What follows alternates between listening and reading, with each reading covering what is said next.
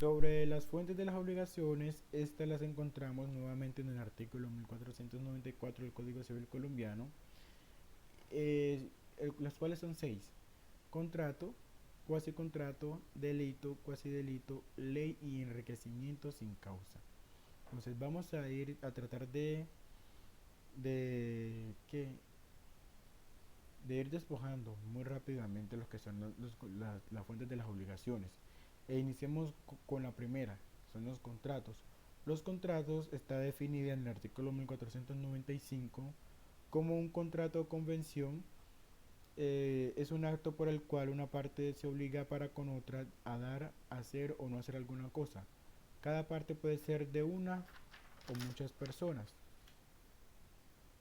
Entonces, para nosotros es un acuerdo de voluntades que genera obligaciones. Palabras más, palabras menos, el contrato es un acuerdo de voluntades que genera obligaciones y la encontramos en el artículo 1495 del Código Civil, otra definición en el artículo 864 del Código de Comercio y en el artículo 1625 del Código Civil, que dice que toda obligación puede extinguirse por una convención. Esta trata sobre la extinción de las obligaciones en los contratos, ¿ok? Clasificación de los contratos. Hay tres clasificaciones de los contratos. La primera son consensuales, la que basta con, digamos, su, o más bien que la obligación nace por el simple acuerdo de voluntades sobre los elementos esenciales del contrato y se perfecciona con el mero consentimiento.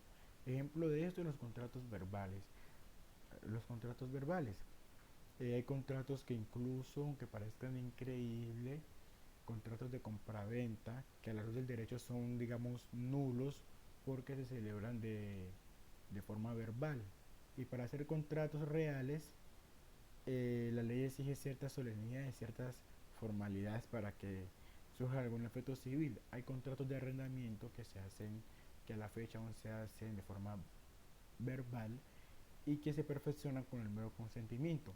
Es un contrato nulo a la luz de nuestro ordenamiento jurídico, sí, porque para ese tipo de contratos hay que hacer unas solemnidades para su perfeccionamiento, pero aún se hacen.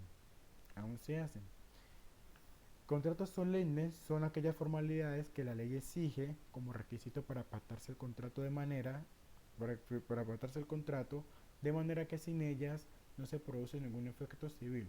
Ejemplo, la compra de un bien inmueble, el establecimiento de comercio, de vehículos, de constitución de sociedades. Y los contratos reales, que son digamos, el contrato nace cuando se ha realizado la tradición de la cosa. Hablamos de la transferencia de dominio, por ejemplo, como es el contrato de mutuo o de arrendamiento, que me obliga a restituir lo prestado. Frente a los elementos de los contratos, son tres esenciales. Son unas cosas fundamentales, las cosas bases que dan vida a ese contrato, ¿da? Y que sin ellas o no produce efecto alguno o degenera en otro contrato diferente al que se quiere obtener o se quiere pactar. Los elementos naturales de la naturaleza son las que están inmersas en el contrato, que pese a no ser esenciales, pese a los elementos no ser esenciales, se entiende que son por el simple hecho de pertenecerle sin necesidad de cláusula especial. Y los elementos accidentales son las cosas no esenciales ni naturales del contrato, pero son cosas que se le agregan por medio de cláusulas especiales, como en un contrato de arrendamiento se agregan lo que son las cláusulas penales en caso de que el arrendatario incumpla con el pago de los cánones de arrendamiento. Un ejemplo de que agrupa todos los elementos de los contratos puede ser el contrato de suministro. ¿Qué es el elemento esencial del contrato de suministro? La cosa que se va a suministrar. La cosa que se va a suministrar, la cosa que se va a suministrar, digamos que es lo que da vida, es lo esencial, lo que produce un efecto a la luz del derecho sobre el contrato. ¿Okay? Entonces, elementos esenciales para dentro del primer elemento, que es el esencial, aplicándolo al ejemplo de los contratos de suministro, es la cosa que se va a suministrar. Los elementos de la naturaleza que dice que no son, que son las cosas no esenciales, pero se entiende que sí por la sencilla razón de pertenecerles sin necesidad de alguna cláusula especial. Digamos que esos elementos de la naturaleza de los contratos de suministro es la determinación de la cuantía y la periodicidad. Determinación de la cuantía y la periodicidad. La cuantía, cuánto se va a suministrar de, por ejemplo, de bolígrafos, cuántas cantidades, periódicamente, cuánto mensual, quincenal, cada 6 meses, semestral, anual, cómo.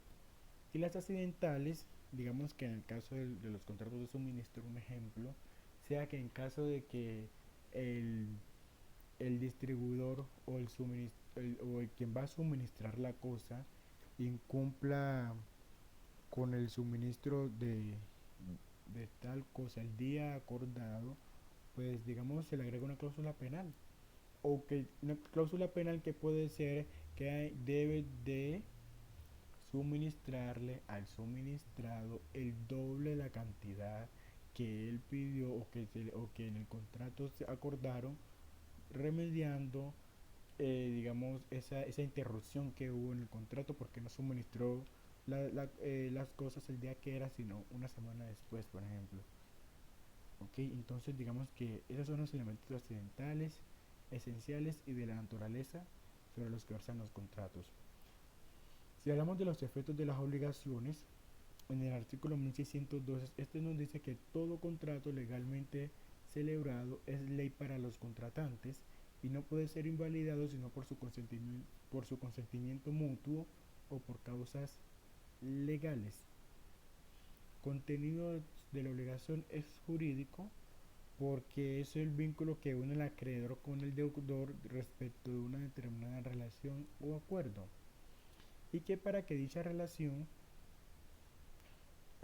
configure una obligación jurídica debe estar regulada por el ordenamiento jurídico.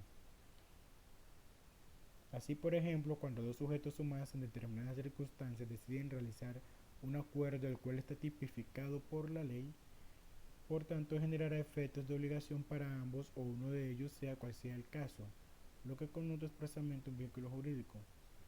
Es económico porque todas las obligaciones versan sobre materia económica. Es todo. Y es ético porque hablamos, esto lo voy a desarrollar en otro video, acerca de la excesiva onerosidad, la teoría de la imprevisión y el principio de equivalencia de los contratos.